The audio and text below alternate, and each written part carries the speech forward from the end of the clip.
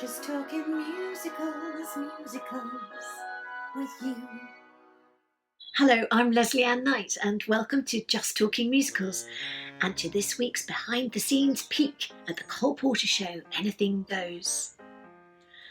America was thriving in the 1920s. It was a decade of great optimism and prosperity, when inventions such as the airplane and the radio made anything seem possible.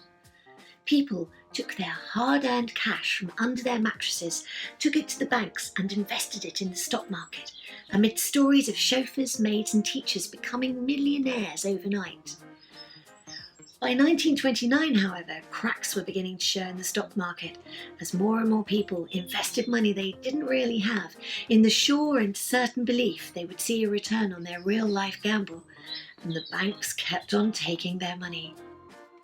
However, on the morning of Thursday, the 24th of October 1929, stock prices plummeted and the world headed towards a very different place. The Great Depression, as it became known, saw 12 million people out of work in America alone, with up to 12,000 people losing their jobs every day. Farmers losing their livelihood, manufacturing grinding to a standstill, and 5,000 banks going out of business. The 1920s also brought prohibition to the American people, which was an act of government prohibiting the sale, production, importation and transportation of certain alcoholic beverages, and it lasted for 13 whole years until 1933. Although private ownership and consumption of alcohol was largely permitted, this act inevitably led to bootlegging and to previously unheard of opportunities for organised crime. The 1930s saw a crime wave unprecedented in history, leading to the FBI releasing its America's Most Wanted list and earning the notorious bank robber John Dillinger the moniker Public Enemy No. 1. The Great Depression ground on mercilessly for a whole decade, with the economy only really finding its feet when the United States entered the war after the bombing of Pearl Harbor in 1941, sending more than 12 million men to war and their wives, mothers and sisters to work in factories and on the land to support the war effort. Whether this was putting off more debt-ridden days for the country or revitalising it, the government had to invest, and that subsequently got the economy back on its feet and the people earning again. And so it was amidst this unremitting gloom that we pick up the story of theatre producer Vinton Friedley, joint owner with his partner Alex Ahrens of the Alvin Theatre on 250 West 52nd Street in New York. The name of the theatre being taken from the first letters of both owners' names. The Alvin Theatre had opened in great style in November 1927. But as the privations of the Great Depression took a grip, so too did the demands from their creditors, calling in their outstanding debts. Having taken a huge hit financially with the musical disaster Pardon My English in 1933, Vinton Friedley plumped for what appears to have been a dramatic moonlight flit in order to necessitate a swift exit from the demands of insistent creditors after the show's demise, and found himself passage on board a fishing boat bound for the Gulf of Panama. Theatre legend has it that it was while he was biding his time out at sea that Friedley came up with the idea for a light-hearted, glitzy musical set on board a luxury ocean liner which is suddenly shipwrecked. With this new idea for a show, allied with the optimistic hope that it could reverse his fortunes, he made his way back to New York, paid off his creditors, and started to assemble his dream team.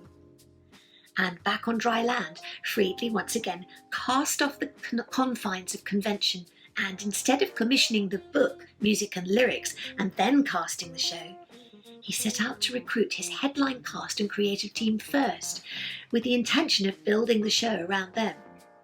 With no obvious recent hits to brag about, to entice his talent with, he opted for telling each individual that so-and-so had already said yes to working on this new show. And so it was that he procured the services of none other than Cole Porter for music and lyrics, Guy Bolton and P.G. Woodhouse to write the book, and to take the leading roles were William Gaxton, Victor Moore, Bettina Hall, and one up-and-coming new kid on the block, whose voice Cole Porter likened to the sound of a brass band going by, Miss Ethel Merman.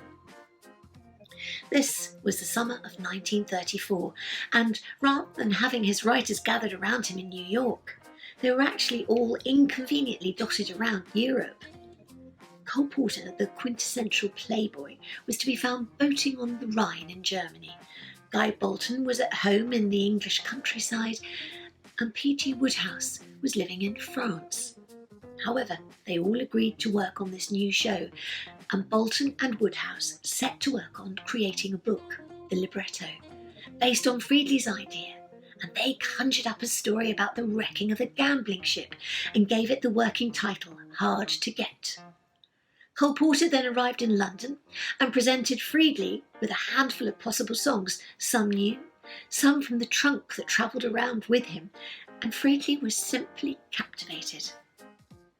But he apparently found he was not so captivated with the libretto by Bolton and Wodehouse, and now found himself faced with the unenviable prospect of having to tell his writers they hadn't hit the mark and he didn't really like the book. And then on September the 8th, 1934, with eerie, uncanny timing, a pleasure ship called the SS Morro Castle caught fire and sank just off the coast of New Jersey, with the tragic loss of over 130 lives. With such a calamity hitting the headlines, this musical comedy based on a shipwrecked ocean liner was suddenly rendered useless, throwing Friedley's original idea completely out of the window, but providing him nonetheless with the perfect excuse to call for a new story. Bolton and Wodehouse had delivered their book in August and were now unavailable for the rewrite, thus giving Friedley free rein to find himself a new librettist. This time, he turned to the man he'd hired to direct the show, Howard Lindsay, and he agreed to take on the rewrite, provided he had a collaborator who luckily turned up in the form of press agent and part-time librettist, Russell Krause. Incidentally, Guy Bolton and P.G. Wodehouse have forever kept their credit as writers on the show, even though so little was used of their original idea. But from that day forward, Lindsay and Krause have appeared below in the credits for a revised book, but their partnership, born out of last-minute panic, was in time to become known as one of the most successful writing partnerships in Broadway history. Right, that's it for today. Next time, we'll be investigating what happened next to this new musical by Cole Porter, and whether it amounted to anything worthwhile in the end. Well, anything goes, eh? I'm Lesley Ann Knight. Behind the camera is the wonder that is this show's producer and director, Katie Ridout. Woo! You can find Just Talking Musicals on Facebook, and we're lurking on Twitter as well under the name of @Knight&Ridout. Oh, and don't forget to click the subscribe button for each new episode alert so you can bag the best front row seats for each new show. See you here again very soon for another instalment of Just Talking Musicals. Just talking musicals with you.